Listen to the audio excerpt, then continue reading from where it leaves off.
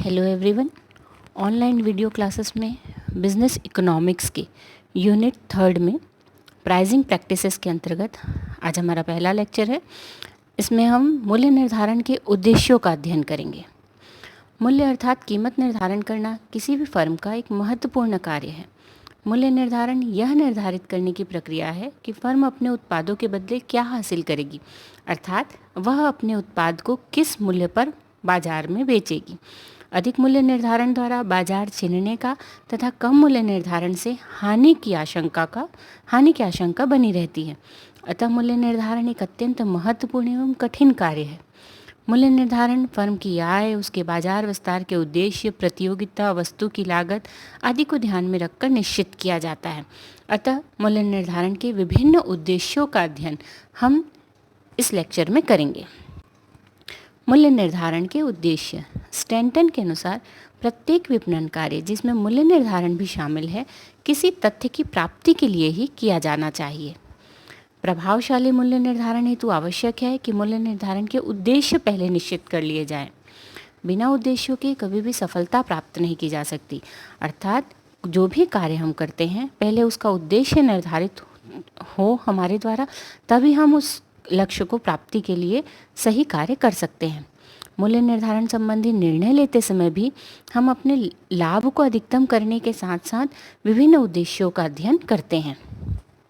सामान्यतः माना जाता है कि मूल्य निर्धारण व्यवसाय का मुख्य उद्देश्य होता है अधिकतम लाभ अर्जित करना, लेकिन वास्तविकता में मूल्य निर्धारण का एकमात्र उद्देश्य लाभ अधिकतम करना ही नहीं है, बल्कि फर्म के कुछ व्यापक लक्ष्यों को भी इसमें ध्यान में रखा जाता है।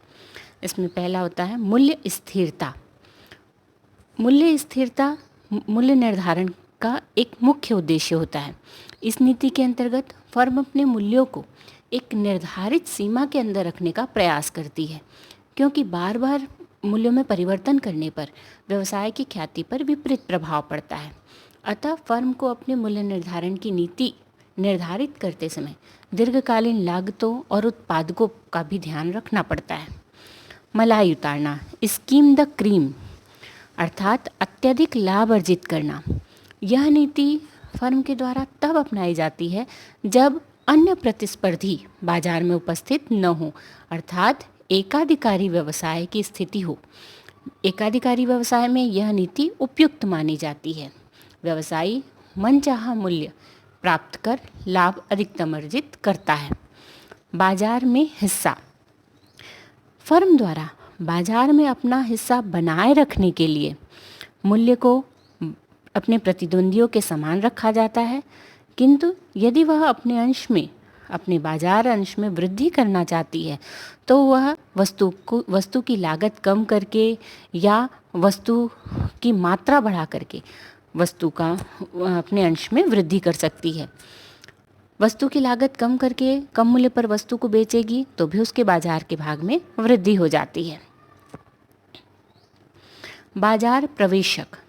मूल्य निर्धारण का उद्देश्य वस्तु की मांग उत्पन्न कर बाजार में नव प्रवेश पाना भी हो सकता है, अर्थात बाजार में अपना पहला कदम रखते हुए बाजार में प्रवेश करते समय यदि वस्तुओं का मूल्य अधिक रखा जाता है तो कठिनाई होती है। अतः नव प्रवेश के समय वस्तु के मूल्य को अपेक्षाकृत कम रखा जाता है। अस्तित्व रक्षा लक्ष्य।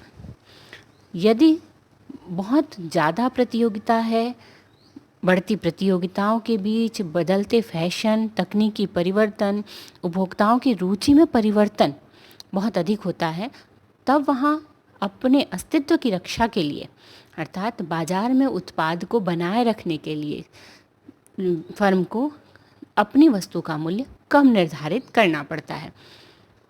प्रतियोगिता। फर्म छोटी हो अथवा बड़ी, प्रतियोगिता का सामना करने के लिए या प्रतिस्पर्धा को रोकने के उद्देश्यों से अपने मूल्यों का निर्धारण करती है। यदि फर्म की नीति प्रतियोगिता से मिलन है तो वह निर्माता प्रतिस्पर्धियों के समान मूल्य नीति को अपनाता है, किंतु वह अपनी प्रतियोगियों से दूरी बनाना चाहता है तो वह अपनी वस्तुओं का मूल्य कम निर्धारित करता है, ताकि बाजार में उसकी वस्तुओं का विक्रय अधिक हो और धीरे धीरे प्रतिस्पर्धियों की वस्तु का विक्रय कम हो जाए। नैतिक मूल्य का निर्धारण। वे फर्में जो जनता में अपनी छवि को बनाए रखना चाहती हैं, वे अपने मूल्य निर्धारण की नीति में नैतिक मूल्यों का भी ध्यान रखती हैं। इनका उद्देश्य उचित मूल्य निर्धारित कर ग्राहकों की सेवा करना होता है, न कि उनके ऊपर अनुचित दबाव डालना।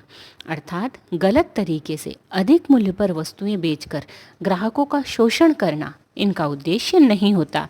ये मूल्य निर्धारण में नैतिकता के तत्व पर विशेष ध्यान देते हैं। उत्पाद किस्म नेतृत्व, प्रोडक्ट क्वालिटी लीडरशिप। फर्म उच्च कीमत निर्धारित करते हुए अपने उत्पादों की किस्म को श्रेष्ठ बनाने का लक्ष्य भी निर्धारित कर सकती हैं। जैसा कि हम सभी जानते हैं कि यदि वस्तु महंगी खरीद कर लाई जाती है हमारे द्वारा, तो हमारे दिमाग में ये रहता है, हमारे मस्तिष्क में ये विचार उठता है, चूँकि वस्तु महंगी है अर्थात वह अच्छे किस्म की है। तो यही कि ऊंची कीमतें उच्च किस्म का प्रतीक मानी जाती हैं। इसलिए व्यवसायी या फर्म ऊंची कीमतें रखकर अपनी प्रतिष्ठा छवि, अपनी प्रेस्टीज इमेज बनाता है। निर्धारित प्रतिफल की दर। फर्म विनियोजित पूंजी पर एक निर्धारित दर से प्रत्याय अर्जित करना चाहता है, तो मूल्य निर्धारण उसके लिए एक दीर्घकालीन उद्देश्य माना जाता है। फर्म मूल्य निर्धारण हेतु यदि निर्धारित प्रतिफल की दर के उद्देश्यों को अपनाती हैं, तो वो इस प्रकार मूल्यों का निर्धारण करेंगी ताकि उनके द्वारा किए गए विनियोग पर एक निर्धारित प्रतिफल की राशि उन्हें प्राप्त हो सके, अथवा जो विक्रय वो करते हैं, विक्रय जो उनके द्वारा किया जाता है, उस पर एक निर्धारित प्रतिफल की दर, निर्धारित लाभ का प्रतिशत उन्हें प्राप्त हो सके। विक्रय की मात्रा में वृद्धि। फर्म या व्यवसायी अपनी विक्रय की मात्रा में वृद्धि करने के उद्देश्यों को यदि लेकर के चलते हैं, तो कभी कभी वो कम मूल्य पर भी वस्तुएं बेचकर अपनी विक्रय की मात्रा में वृद्धि कर लेते हैं।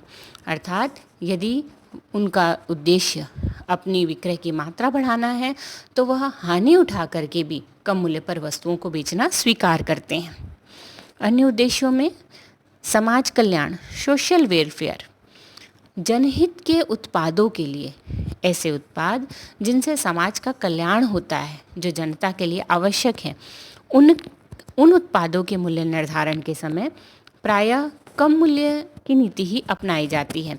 उन उत्पादों के मूल्य निर्धारण में लाभ तत्वों को बहुत अधिक देखा नहीं जाता। इसी प्रकार शांति व स्थायित्व स्थापित करने के लिए युद्ध या आपातकाल में कम मूल्य पर भी वस्तुओं का विक्रय करना स्वीकार कर लिया जाता है। जैसे सेना में युद्ध के समय या आपात की स्थिति में कम मूल्य पर राशन का सामान विक्रय किया जाता है, कम मूल्य पर सेना के जवानों को सामान विक्रय किया जाता है। वहाँ लाभ की आशा से मूल्य निर्धारण नहीं किया जाता। Thank you.